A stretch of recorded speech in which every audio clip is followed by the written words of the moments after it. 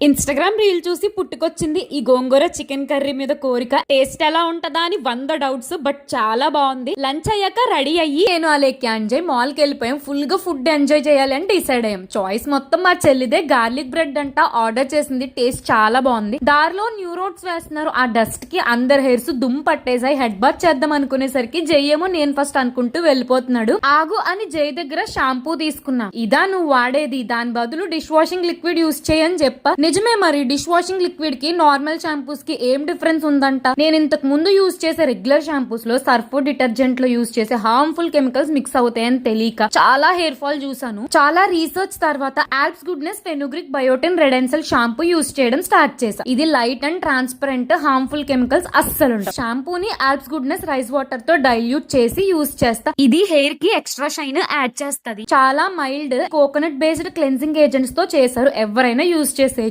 Hair strengthening తో పాటు hair fall కూడా కంట్రోల్ అవుతుంది. హెడ్ బాత్ చేసిన 2 days తర్వాత కూడా స్కాల్ప్ నీట్ గా ఉండి స్మూత్ అండ్ షైన్ గా ఉంటది. ప్రోడక్ట్ కి మంచి రివ్యూస్ అండ్ 4.2 వరకు రేటింగ్ ఉంది. Available on purple.com and scan this QR to buy.